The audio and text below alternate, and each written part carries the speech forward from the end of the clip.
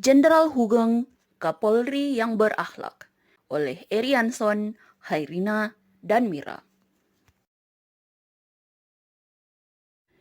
Mantan Presiden keempat Indonesia, almarhum Gus Dur, pernah bergurau mengenai sosok Hugeng, di mana ia mengatakan ada 3 polisi yang jujur di Indonesia, yaitu polisi tidur, patung polisi, dan Jenderal Hugeng.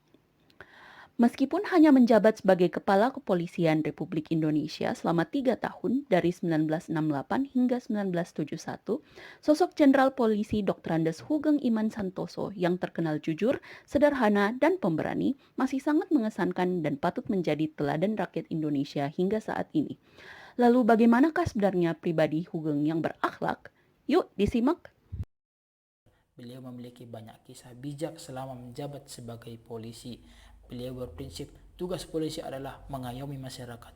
Dalam menjalankan kesehariannya di kantor, Hugeng merupakan sosok yang disiplin. Dia tidak pernah merasa malu untuk turun langsung ke lapangan mengambil alih tugas polisi yang kebetulan sedang tidak ada tempat. Bahkan jika terjadi kemacetan, dia pun akan menjalankan tugas sebagai polisi lalu lintas. Orientasi pelayanan benar-benar diimplementasikannya dalam menjalankan profesinya. Beliau ini juga sudah menunjukkan nilai akuntabel dengan menunjukkan integritas dan kejujurannya sebagai petugas polisi dengan menolak tegas semua bentuk suap. Sebagaimana salah satu kisahnya saat menolak gratifikasi mobil dan rumah mewah berikut perabot-perabotnya yang diberikan mafia untuknya.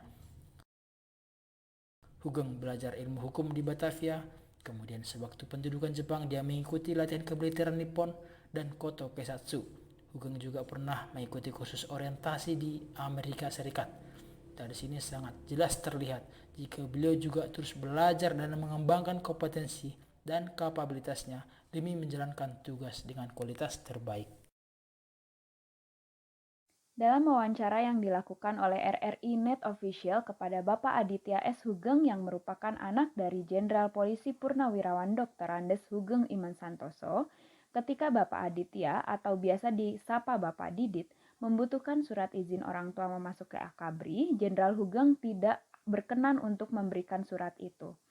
Karena bagaimanapun juga surat yang ada nama beliau pasti akan dipermudah segala urusannya. Dari sini terlihat nilai harmonis yang diterapkan Jenderal Hugeng, yaitu jangan sampai karena jabatan ayahnya akan mempermudah segala urusan.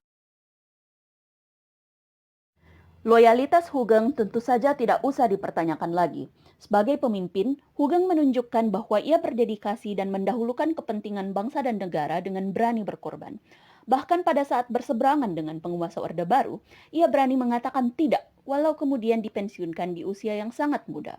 Ia juga menunjukkan sikap loyalnya kepada pekerjaan dengan tidak mengemis jabatan yang ditunjukkannya saat berani menolak posisi duta besar di salah satu negara Eropa Timur.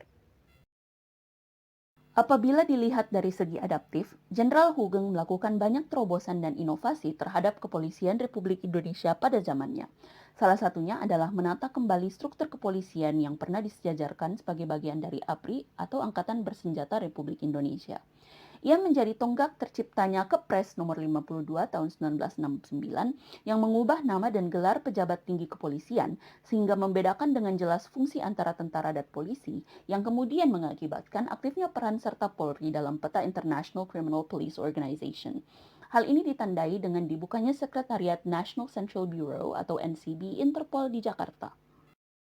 Dari Jenderal Hugeng, kita dapat mencontoh nilai kolaboratif, di mana dalam mengelola organisasi Polri yang saat itu belum sebesar sekarang ini, Jenderal Hugeng telah mengarahkan Kepolisian Republik Indonesia sejak awal sebagai lembaga yang melindungi dan mengayomi masyarakat. Kolaborasi dan sinergisitas dengan Tentara Nasional Indonesia dan komponen pemerintah dalam menjalankan tugas dan kewajiban negara dilakukan dengan baik, bahu-membahu dalam melaksanakan amanat konstitusi yang sampai saat ini terus berlangsung, menjadi satu cara efektif untuk menyelesaikan masalah bangsa yang semakin.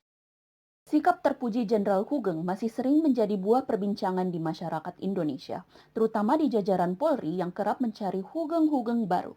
Semoga dengan mengetahui kisah dan kepribadian tokoh hebat ini, kita dapat meneruskan perjuangannya dalam menciptakan pemerintahan Indonesia yang berakhlak.